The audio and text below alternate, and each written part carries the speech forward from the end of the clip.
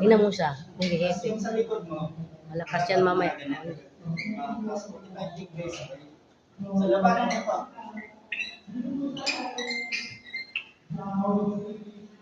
So, kahit i-ganon ito. Diba? So, tanggalin niyo pa. Tapos, ulitin po natin. Mahawak ko sa cellphone. Pinapahawak ko siya ng cellphone kasi tinatanggal ng radiation yung balance natin. Yung lakas sa cellphone. Okay na. So, labanan po ulit. Ganon po ulit. O, bagsak ka. Yan. Wala yung balance niya. So, okay po ulit. Yan ang sinasabi namin sa iyo, hepe. Galing.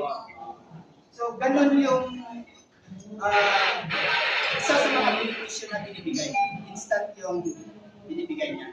Habang nasa proseso na kaya ng paggaling. Okay. Ano, hepe?